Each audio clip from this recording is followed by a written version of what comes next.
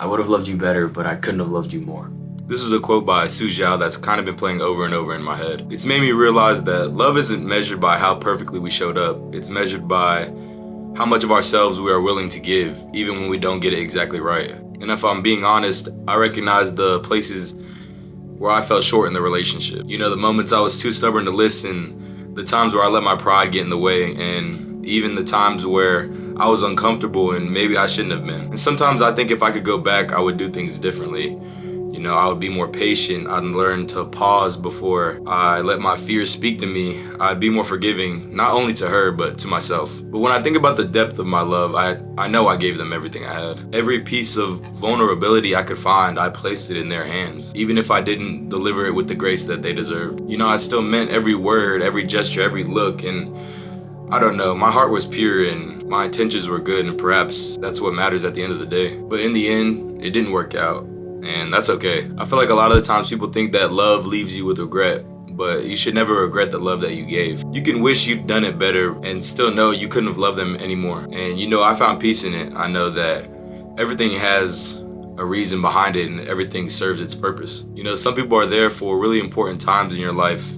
Sometimes they're only there for a certain amount of time, and that's okay. Maybe that's the beautiful part of it all, that I loved fully, knowing there was no promise it would last, that I gave and that I showed up anyway, even if it was imperfectly. I truly believe God places certain people in our life with intention, not always to walk beside us through the entire journey, but to walk with us through part of it, the parts where we need them the most.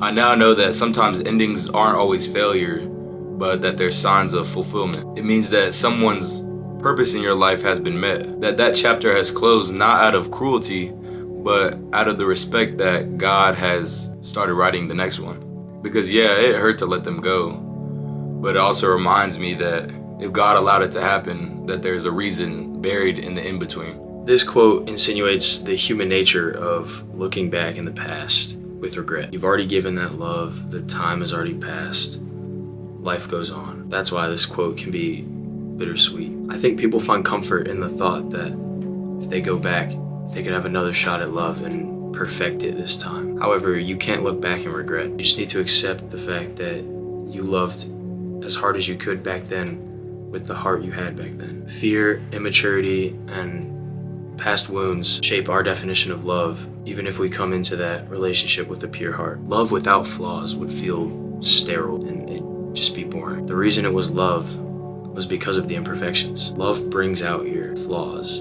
fears, and immaturities. It really just shapes who you are. I can relate to this in my own way. I had a past relationship where I messed up plenty of times, and despite that, we worked through it every time with a better understanding of each other. So I look back not regretting the love I shared with this person, but being satisfied to know that even if the execution of the love was flawed at times, the depth and intensity of my love was to the max. As much as it hurts to look back and say you could have done this or could have done that better, you can't have that mindset. You gotta look back knowing even if you failed in expression, the fullness of your heart was true.